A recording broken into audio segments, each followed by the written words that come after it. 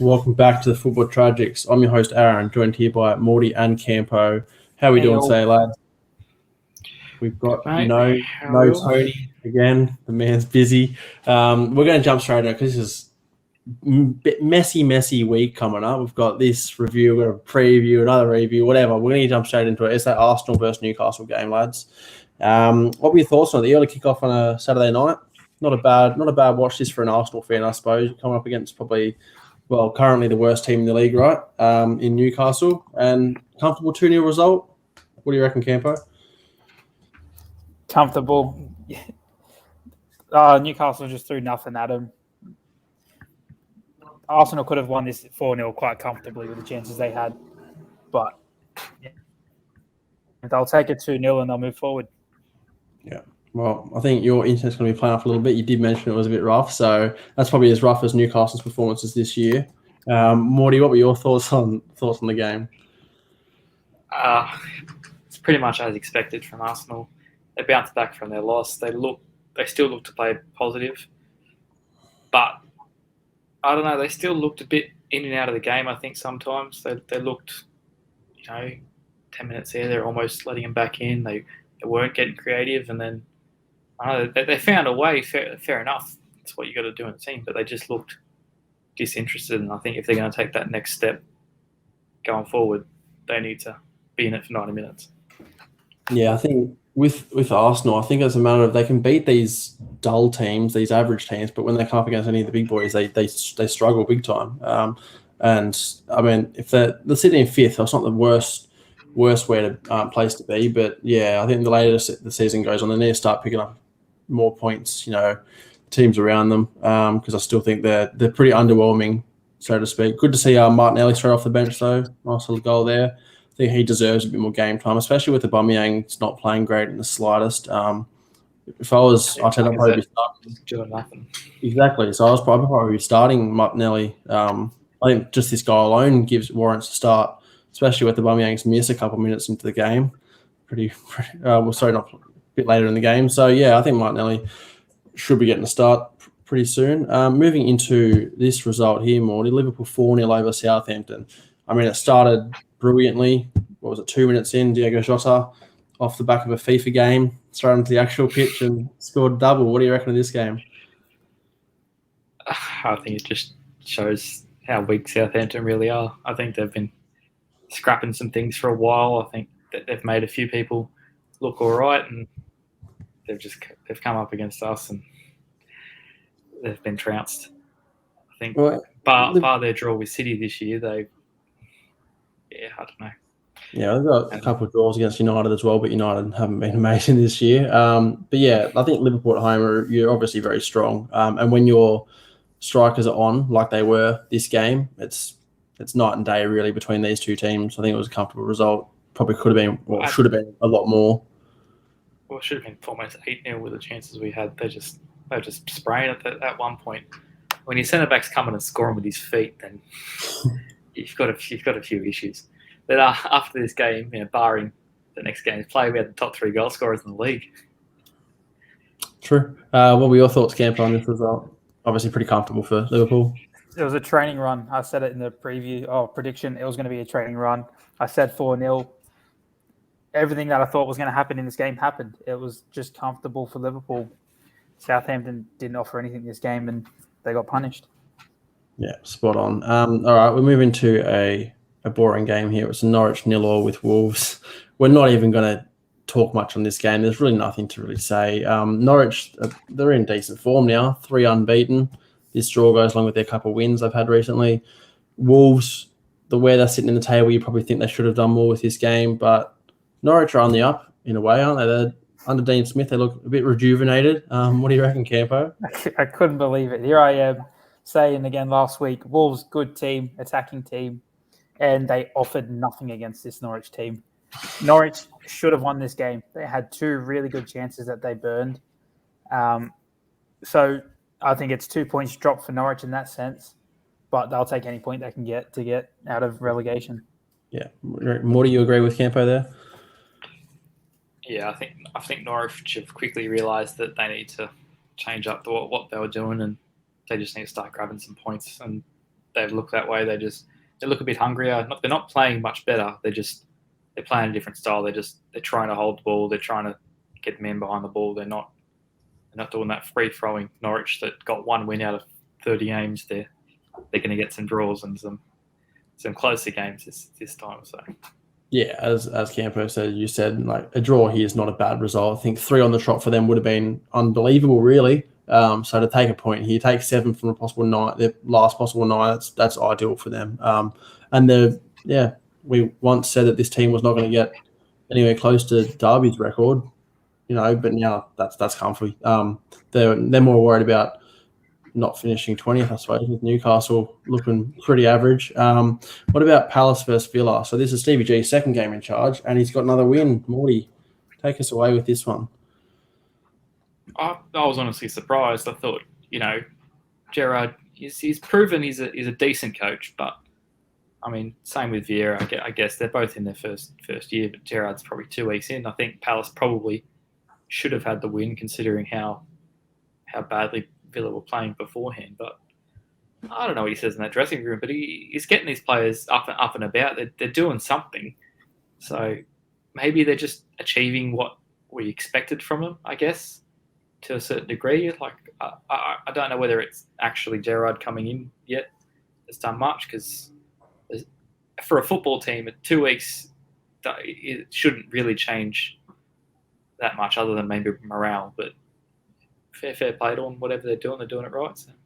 Yeah, I think it's spot on. These are results that they should have been getting. With the squad they've got, I think it's decent enough to be winning these games. And yeah, if it's Stevie G coming in, or is it just a case of the morale in the dressing room a bit better with just anybody, a fresh face in there is probably helping their case. But I think it's good to see Stevie G so passionate on the sideline. He coaches every game just like he played every game. Like it's his last. So it's good to see there at Villa, and Villa are definitely back on the up now. It's that 2 in a row with Stevie G at the helm as well. You can't complain really on their end. I think Palace, they probably would have liked to get a result out of this one. There's probably their bit of a slip in a dip here with their first loss in a while, so they'll probably find themselves a bit unlucky. They had a couple of decent chances. What were your thoughts on this one, Campo? I think Vieira ball sucks. How long have you been waiting to say that? It's been a long time coming. Palace probably did have the better of the chances this game, but lapses in defence to let Target that open in the box, and then a nice tidy finish from McGinn, 2-0 comfortable, and then a consolation goal right at the end to, just to peg one back. But Villa deserved this win 100%. Yeah, it was a tidy goal from McGinn. He only scores decent goals, to be fair. He looks no tap-ins there. Looks pretty rejuvenated under Stevie G, so maybe he sees a bit of himself in Stevie G. Who knows? Stevie G loves to scream, so. But Villa are looking decent now. They'll push themselves up the ladder, I think. How about Leeds, lads? They're not looking good at all, are they? 0 or draw with Brighton. I don't know if did you guys see the Graham Potter's Brighton were booed off the pitch at full time? I don't know. What do you make of that? Brighton are sitting pretty. They're in 9th spot. I think that's overachieving for Brighton. And yet their fans are booing them. Are they? It's a bit wrong, isn't it? What do you reckon, Campo? What do they expect? They're not a Champions League team. They're not a European team. They're just they just got to know their place. They've had a good start, but you'll be lucky to finish top of the top half most years. But again, they had the better chances of the game. They dominated this game, and unlike Leeds, usually they held on for a point. So any point will do for Leeds at the moment until they can play themselves into some kind of form. But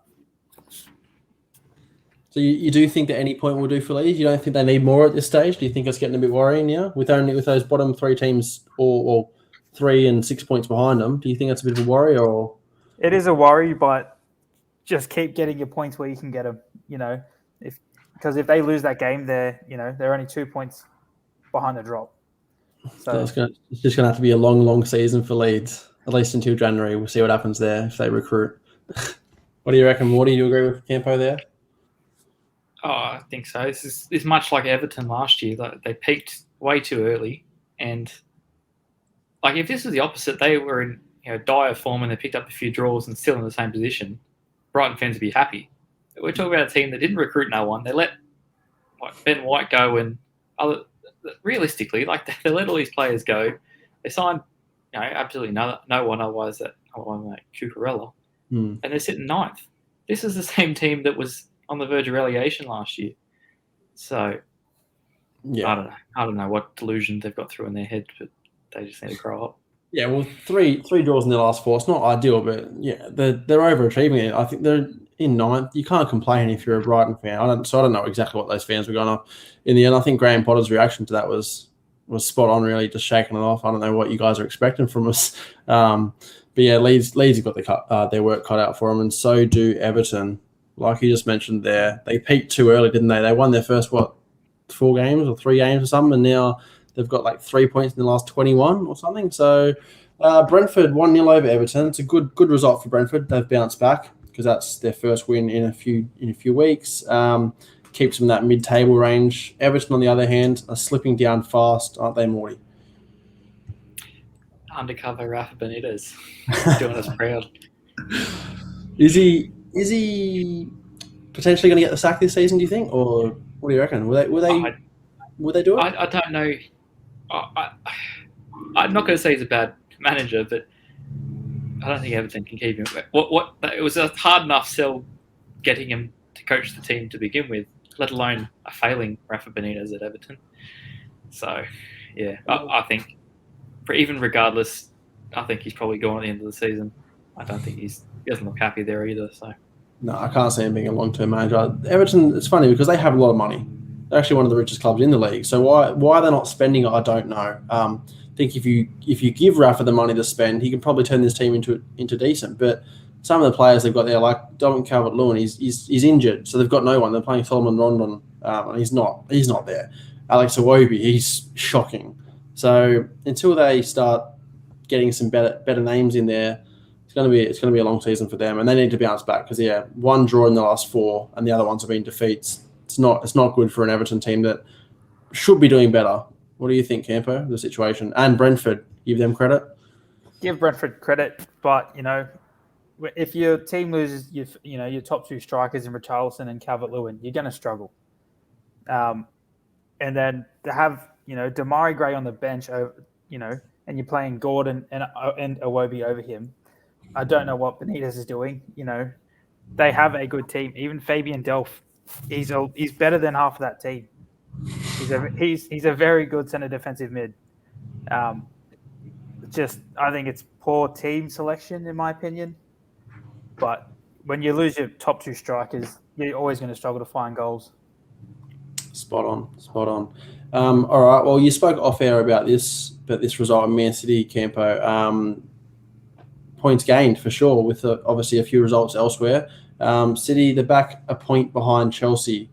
West Ham, they've done them 2-1. Tough game. I don't know if you saw the pitch for this game, but it was horrible. Much like the first half was shocking.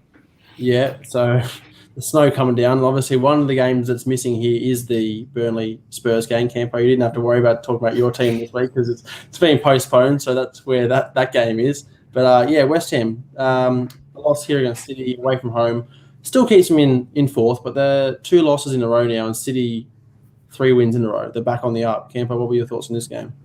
It was a training run for City. West Ham, they didn't offer anything this game. They scored Lanzini has this weird obsession with scoring in the last minute of every game, apparently. And they're all good goals. Yeah, they're just stupid goals that just discreet, just always go in. But City were never threatened this game. They could have made this 3-4, but on another day. But training run, and they move up to 2nd now. Spot on. What do you reckon, Morty? Yeah, I mean, playing in the snow, I feel sorry for him. I'm actually glad to live in Australia because dealing with that, couldn't imagine. It's cold enough going up the Blue Mountains, let alone this. So, but West Ham, it happens to Liverpool every year. West Ham play the game of their life against us and then go on this run, lose against everyone else. That's what happens. So, I think West Ham probably need to cop these 2 losses and they need to resettle themselves. I think because what they were doing 3-4 weeks ago, they probably would have won this, and they did win. They beat them before, so I guess it's redemption for City. So fair play, but Yeah, I don't know. It was still a close game. I still don't think it was as training run-ish for City, but they're Man City at the end of the day. So. Yeah. Well, if you think the pitch was bad in that game, how about the Leicester versus Watford? I don't know if you see the second half. The difference between the first half and the second half is literally like they're playing on a different field. Covered in snow, you can barely see half the goals. It finished 4-2 to Leicester, but one of those goals that Watford scored, you literally could not see what was going on. It's a brilliant result for Leicester, really, because this is a Watford team that, yes, they lose a lot of games, but when they win in style, really. And Leicester much needed this result. Campo, what were your thoughts on this one? I think that might be that goalkeeper's last game for Watford. That second goal they conceded, completely his fault. Just he should have done 10 times better with that. And that centre-back who left it just for Vardy to volley it in on the half volley. Just so many mistakes from Watford this game really hurt them. They could have drawn or won this game if they cut out those schoolboy errors they made. But fair play to Leicester. They pounced on those errors and they capitalised on every single one of them. Well, I can only assume Ben Foster was injured for this game because he wasn't even on the bench. And like you said, the keeper didn't play too great. Ben Foster's he's 38 years old and he's still starting in the Premier League, so it's great, and he deserves to, really. So it's great to see that Ranieri is trusting him.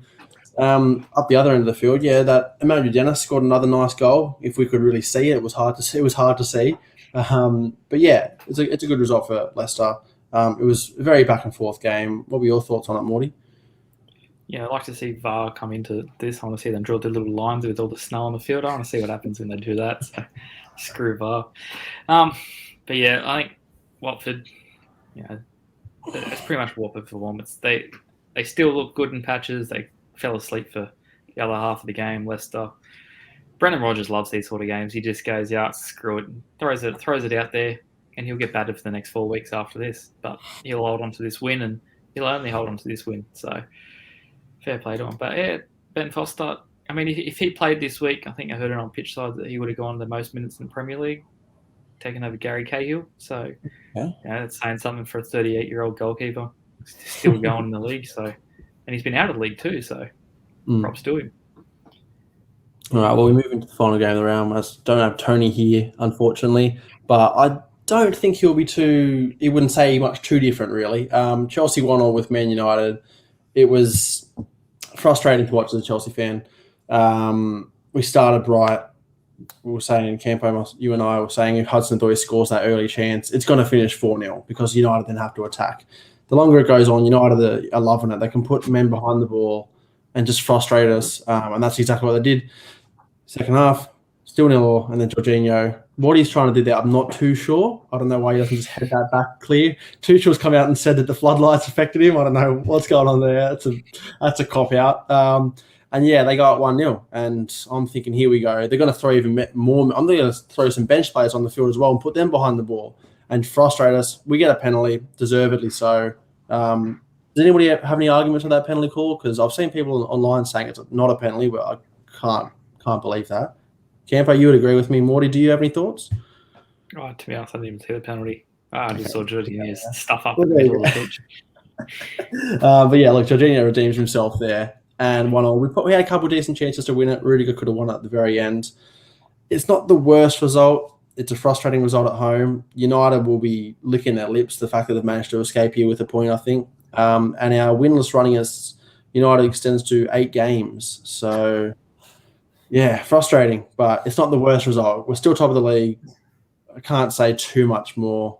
What do you think, Campo? It's not the worst result, but it should have been 3 points. The chances you had, the one thing that annoyed me, I said this to you before, that when Jorginho made that mistake, he didn't run back. He didn't try. He stood at halfway with throwing his hands up like an idiot, swearing, just carrying on like an absolute tool. At least show effort to get back. Even if you don't get it, show that you're hungry to make that, show the fans that you're trying, But United, under Carrick, looks like Jose Mourinho's prime bus parking again. 11 men behind the ball. But just frustrating for Chelsea. Do you think, Morty, it's a different story if Ronaldo starts this game or even Lukaku? Like, I know you said you didn't see the penalty there, but what do you make of this result for both teams? I'm just glad to see Chelsea get out Chelsea. It's great to see. So, I was quite shocked that Ronaldo's sitting on the bench. I mean, like he's 37 now.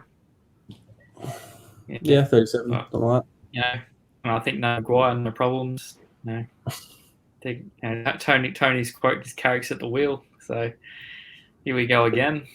Give him another contract, but I wonder how many games he's going to be in charge. Well, they look like they're going to appoint Rajnik, so I wonder how many games he's going to even see. You probably see the next game, midweek game, but maybe by the weekend we've got Ralph in charge there of United. They should come good, I think. But yeah, like you said, Campo, it's not a great result. It should be 3 points here for Chelsea, but when you come up against, I suppose, a Big Six team, a traditional Big Six, I'm going to take this result. But yeah, it is a bit disappointing, and we'll be sure to get Tony's thoughts on it, hopefully, whenever he's on in the coming week or so. So that's all we're going to have time for this one. We're going to get straight into a preview after this, which will be up a bit later. So thanks for joining us as usual, and we'll see you next time. Peace.